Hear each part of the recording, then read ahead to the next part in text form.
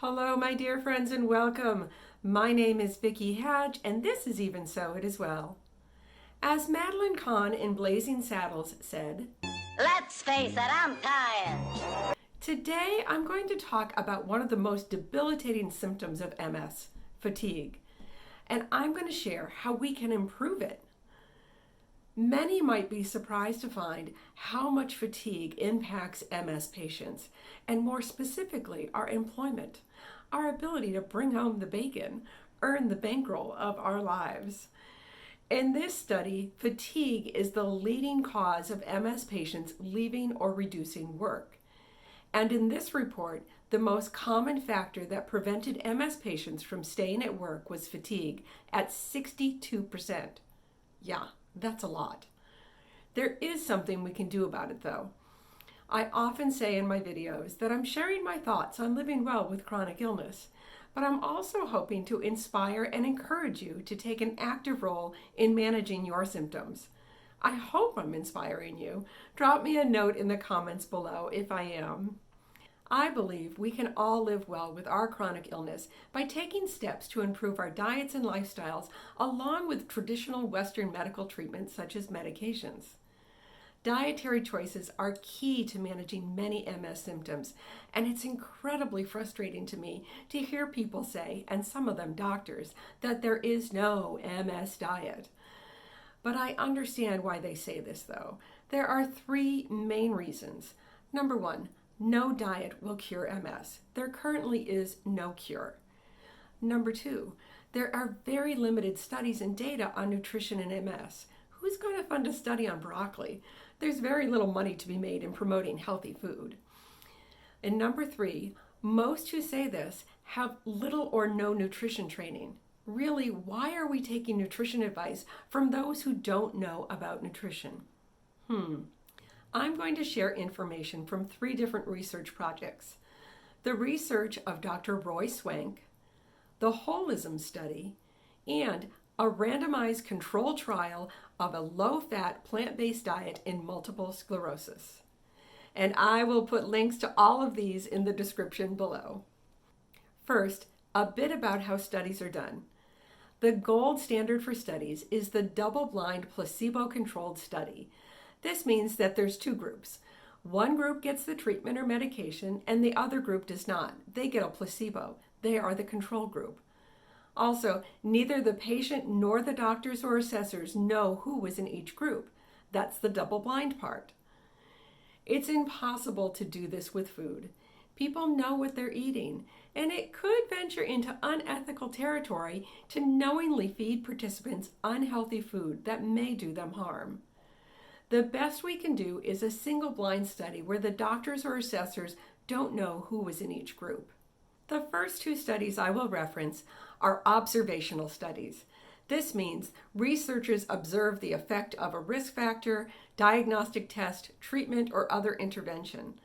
Observational studies help researchers to know what happens in real-life situations. These studies collect data and try to determine associations and correlations.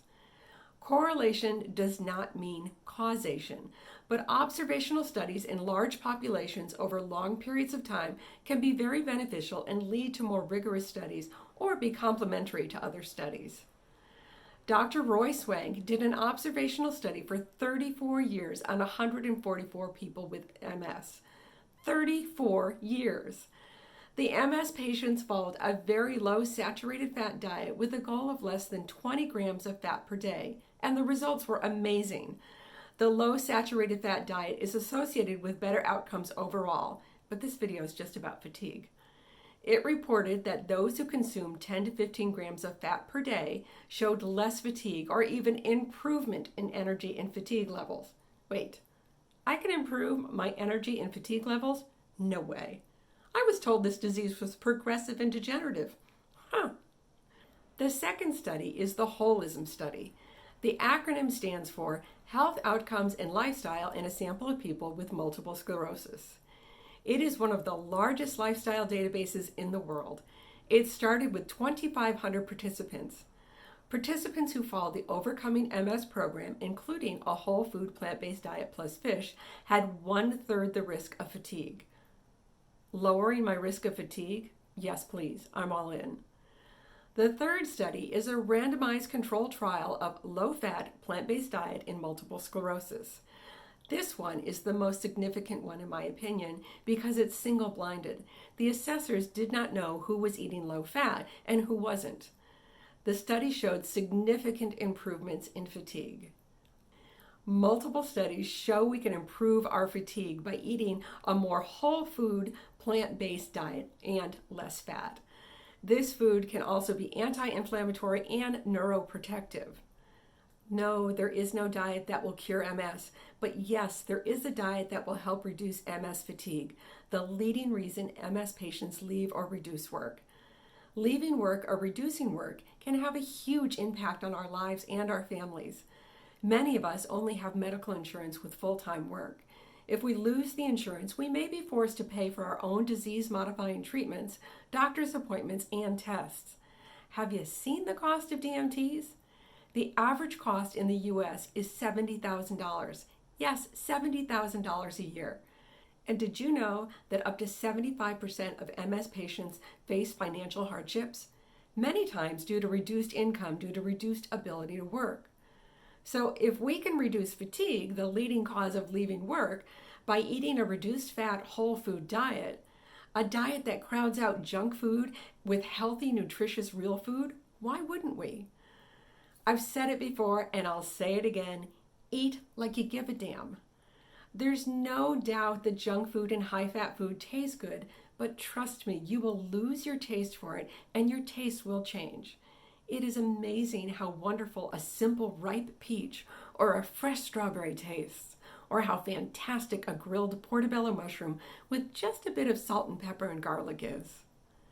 Treat your body like the temple that it is. We can improve our lives overall simply by what's at the end of our forks. Everything we consume has the ability to help us or harm us. Ultimately, we're all responsible for our own health. I'm following the Overcoming MS program, where diet is one of the 7 steps to managing MS, and I will put a link to their website below. This site has tons of resources to help you eat a healthy diet. And you can check out my videos where I show you how to make easy, nutritious, and low-cost recipes. I will also put links below to some of my favorite books that explain how a whole food plant-based diet can improve your health. Lastly, consider working with a plant-based nutritionist or health coach. When I was first diagnosed, I worked with a coach who was certified in plant-based nutrition to help me tweak my diet and gave me strategies to improve my nutrition intake. She was immensely helpful to me.